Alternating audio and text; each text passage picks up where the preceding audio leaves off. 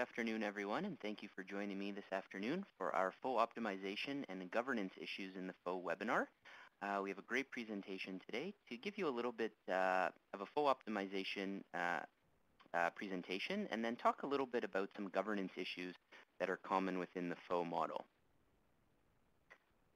We will go through at a high level just because everyone's outlook about governance issues is going to be very different. So if you do have specific questions, my contact details will be provided at the end of the presentation, and I would be more than happy to answer any questions you have either via email, or we could set up a call to further discuss your particular situation.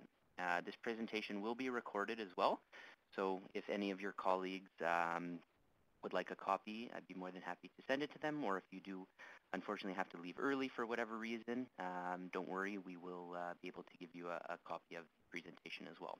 So let's go ahead and get started for today. So a little bit about CIRRUS, as we do have a few new members in the presentation today. We were founded back in 1994, and we have two major areas of expertise within the company. First is office lease negotiations for family physicians and dentists across North America.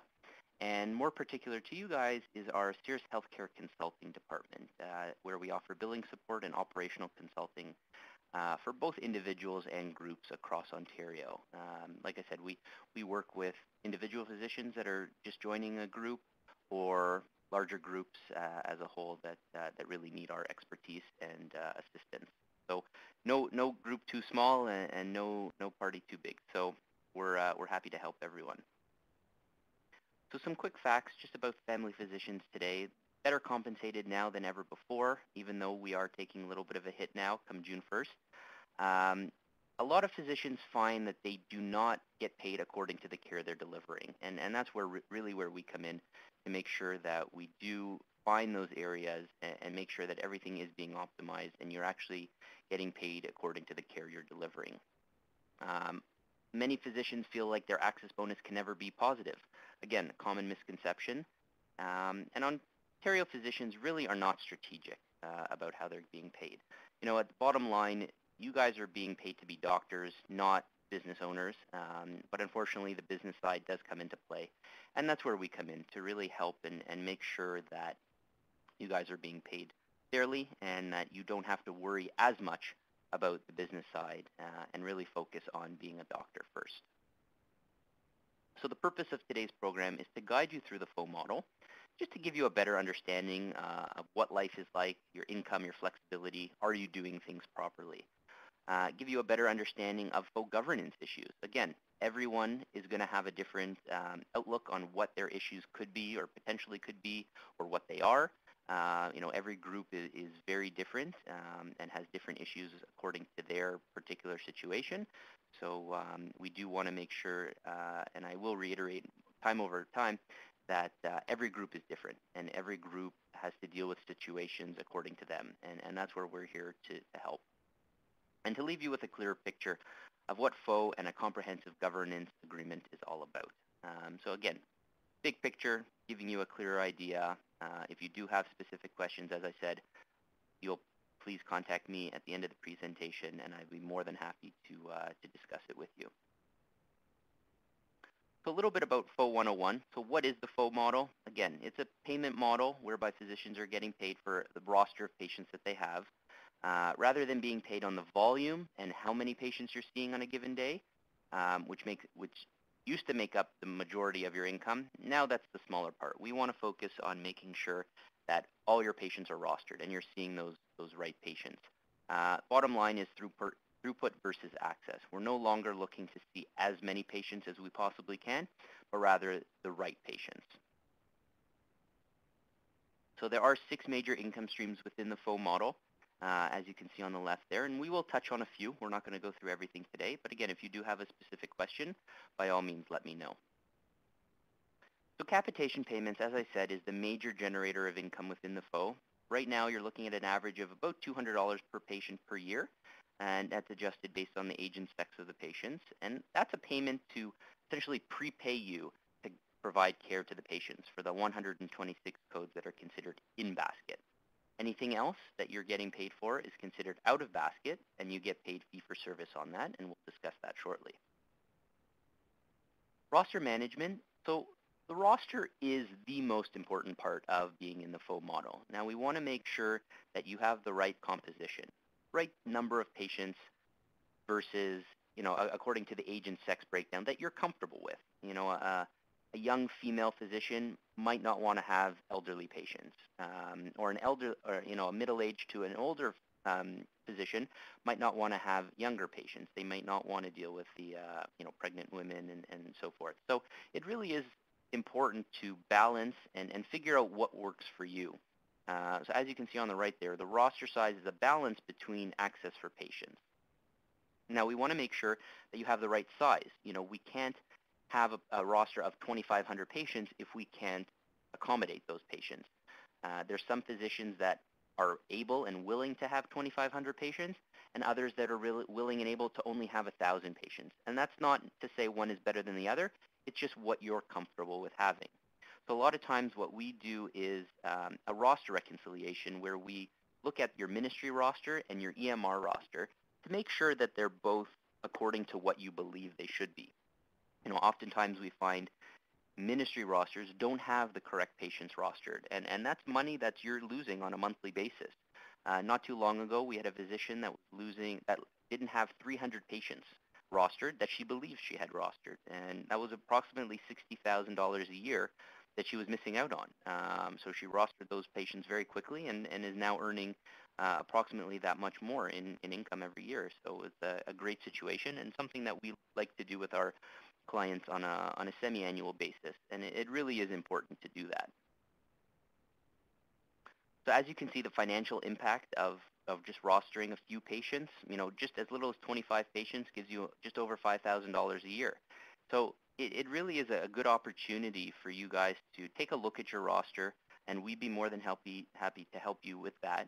Like I said, with our clients, we do that twice a year to make sure that everything is running smoothly. Let's talk a little bit about preventive care and special premiums. So preventive care bonuses now, you should have received very recently your package from the Ministry of Health outlining who has had their service in all these 5 categories. It is very important to go back and look through it to see the patients that are listed to have not had the service, to double check and make sure, because oftentimes billing codes were missed or weren't processed properly, and all of a sudden, a patient that you did give a flu shot to isn't listed there. Or, you sent someone for a mammogram and you didn't process the results, and you didn't submit the tracking code appropriately. So it really is important to go back and look and double check. And again, we are happy to help with this situation. We do look overview of the billings to make sure that everyone does have the proper tracking code billed, or if you have a question about submitting the billings, by all means let us know. It is, again, something that we do offer as one of our services. Special premiums. As we begin the new fiscal year last month, it really is important to make sure that you're tracking and following along as you're completing each category. We find a lot of times physicians just don't pay attention to what they're billing and when they're billing it, specifically for your serious mental illness patients. As you can see, one of the categories here. Just make sure that you know who they are and you're billing the appropriate Q code when necessary. It is available once per year to be billed. So, group them all together, bill them all at the same time, and you don't have to worry about that. You put an alert in your calendar for next year, and you do the same thing. Office procedures. Make sure that you're taking a look to see what office procedures you're doing and if they fall into the category to get the bonus. Very important. Prenatal patients as well. If you have any pregnant women on your roster and you see them at least for 1, maybe even 2 visits while they're pregnant, and then maybe you're shipping them off to the OBGYN, that's fine. You can still get that bonus for providing that care initially and still having them on your roster. So it really is important to pay attention to all these categories if you do provide care in them, and make sure that you are billing the appropriate codes, tracking codes or billing codes. So now let's get to a little bit about FHO governance and some best practices. So The governance is all in place to make sure that you're living in the spirit of the FHO. You're providing the continuity of care for patients, making sure that you're not sending them to the walk-in clinics, making sure that you, along with your colleagues, are covering for each other and caring for the patients. Making sure that the collaboration is there, making sure that you're not, again, sending the patients to the walk-in because you're busy. Bring them into the office. Maybe you'll be able to see them at a certain point during the day. Give them a specific time that you're available. Maybe you're going to be able to send them to one of your colleagues that is running, an open office for one afternoon a week or what something. But it really is important to make sure that your patients are being treated within the office or within the FHO. Obviously, in some situations, there are multiple sites for your FHO.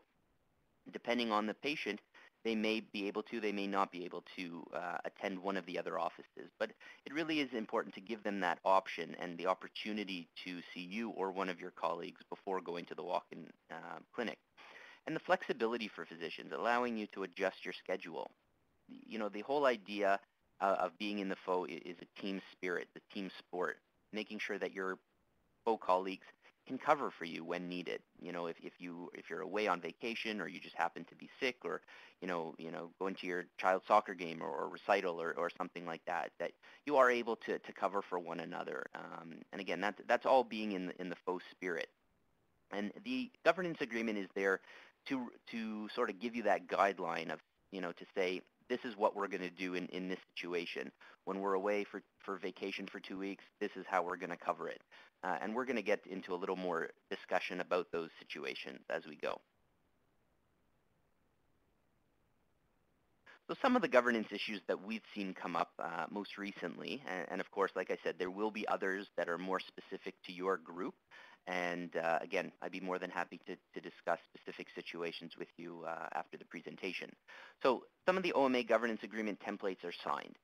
That's great, they're signed, but does that really work for your group? A lot of times groups and physicians are going to say, yeah, we don't care, we're just going to sign whatever is there as a template, we're not picky. But then a situation arises where someone needs to take a leave of absence for whatever reason, or someone wants to bring in a new physician to the group, or someone wants to retire. All those things come into play, and we need to make sure that we're prepared for that. And that's where we come reactive versus proactive amendments. Think about it ahead of time. Make sure that we sit down, whenever we start with a new group, we always want to sit down and make sure we go over the governance agreement to say, these are the common issues that have come up. What are you working with? What works for you? What do we want to make sure is in place to make sure that the group is running smoothly and effectively without having any issues come up that can't be dealt with accordingly? The lack of understanding of the FHO model. Now, the FHO model has been around for a number of years now, but there are still a lot of physicians that aren't fully aware of what it means to be part of a FHO, both new and old physicians. And it really is important to have a good understanding of what it means. Where am I getting paid? How am I getting paid? How does my work affect those that are part of my group? And how does their work affect me, more specifically towards access bonus? So it really is important to have a good understanding of what the FHO model is all about. And a lot of groups just say, we don't care about a governance. We're going to put it on the back burner. We're not going to talk about it. Whatever happens, happens. And when it comes to an issue, then we'll deal with it.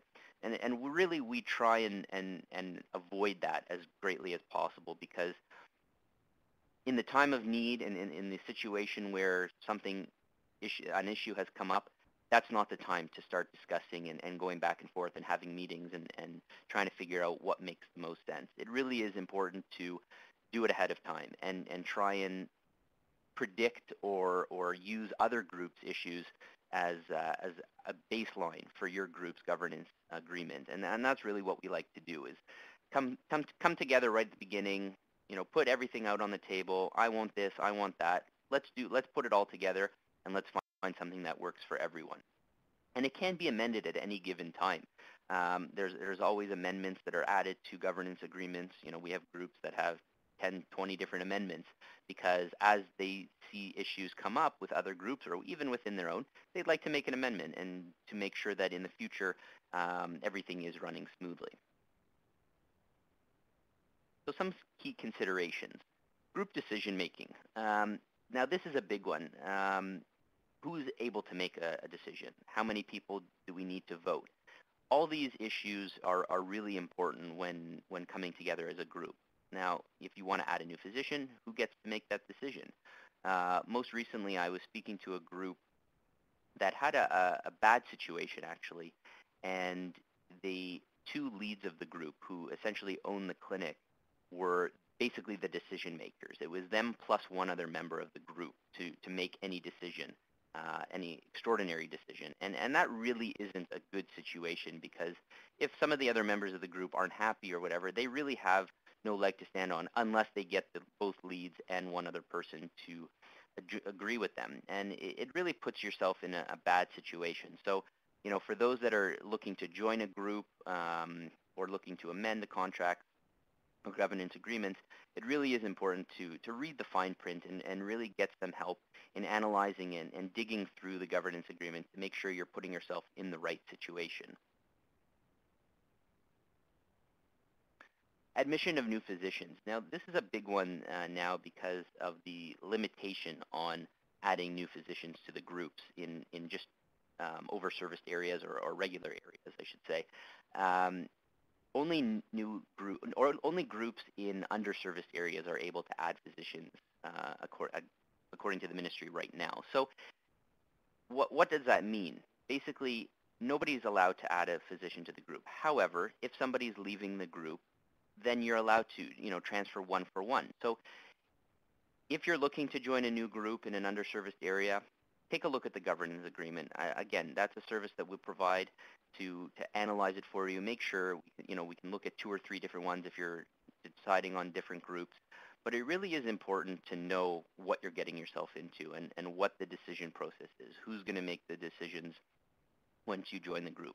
Do you have a say in anything that happens within the group, or is it just a small group of the physicians? So it really is important to know what's going on. What are your requirements? What am I going to have to do when I join a group? Am I just coming in and sort of just on paper being part of the FHO, or am I actually going to have to be participating in after hours and making sure that my outside use is managed properly and decisions and things like that? So it really is important to get a good understanding of what you're getting yourself into.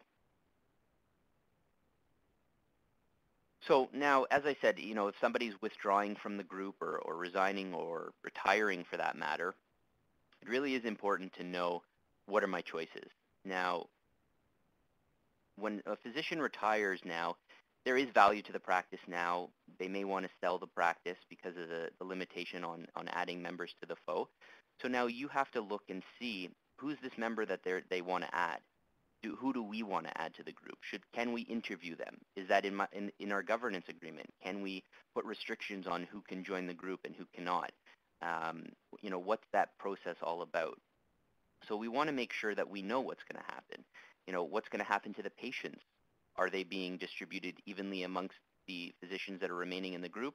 Do we want them even? A lot of physicians may say, you're retiring, there's nobody taking over your practice. We're all getting close to retirement. We don't want to take over the practice. We don't want to take your patients. We don't want that extra responsibility. Others may say, you know what, I'm a little bit younger. I'm going to practice for another 20, 30 years. Yeah, I'm going to take your patients. I want that extra income. I can handle an extra 2, 3, 500 patients, whatever it is. I want to take some of them. So what does that mean? What's the impact of the retiring physician on the group? So it really is important to have all these outlined in your governance agreement and have that discussion well in advance. Again, time away from practice, as I said earlier, vacation time, time away for CMEs, continuing medical education. I know you're not getting paid for them anymore, but obviously still required and a good thing to keep up on. So what does that mean? Are you able to use your office hours to go do CMEs, or does it have to be out of office hours? Is somebody going to cover for you? What's the situation there? Leave of absence. If you're going to go on mat leave or parental leave, what's going to happen to my practice? Do I need to bring in a locum? Are my fellow colleagues going to take over? Are they going to cover for me? If I'm in a solo office by myself and the other members of my FHO are spread over three different offices, what happens then? Am I going to just leave a note for my patients to go to one of the other offices? Do I have to bring in a locum? What's the situation? So it really is important to know all these things ahead of time. We've seen far too many times where, again, like I said earlier, a situation arises and then all of a sudden they're scrambling to find the right situation, the right thing to do, the right answers to the right questions. It really is important to get that done ahead of time, or as far ahead of time as possible. Now, access bonus payback. Now, that's a big one. As I said earlier, when you join a group, you have to know what their access bonus standing is, what they expect from you. If they're a group that's always negative, they don't care, it's hard to control the patient population, and they're just whatever, we don't care about our access bonus, that's fine. Obviously, from our perspective, there's always something that can be done, and we definitely would love to work with any group like that. But on the flip side, if that really is their situation and they have a negative and they just don't care about it, great, you don't have to worry. But what about if some of them are negative and some of them are positive, and those that are positive want their money and they want to get their money back? What's the payback policy? Do you have to pay back everything that you're negative? Do you have to pay back a portion of it? Is it, as I said earlier, no payback at all? So it really is important to know. A grace period, a lot of our groups give usually a 1-year grace period for someone new joining the FHO, because it does take some time to, to get acclimated with your patients, for them to get used to you, till you figure out what your proper schedule is going to be, everything like that. So giving that grace period really is important to new physicians that are joining the group, both ones that have been practicing for 20 years, 30 years, and new grads. So giving them that little bit of leeway is very important. So some of the key takeaways for today: review your governance. Make sure that you know what's in it if you have one, or start making one if you don't. It really is something very important to have as part of a FHO. Again, we're more than happy to assist you on creating one, going through it, making decisions, and so forth. Be proactive. Again, don't wait until an issue comes up and then try and figure out a solution for it. Try and predict or use what other groups have gone through as your stepping stone to creating a good governance agreement. Payback policies for access bonus. Do you want it? Do you not? How much do you want if you do? All those things really do come into play. And really understanding the FHO model. Giving yourself a clearer picture of what it means to be in the FHO. How am I getting paid? All the ins and outs. It really is important to know what's going on. And again, you can change it at any time. Make amendments, take things out, put things in. It isn't written in stone, and that's it. So really take your time, go through everything, and really get a good understanding of what you want your governance agreement to have in it. So how can we help? I've said many times over the presentation that we offer the service, and we do.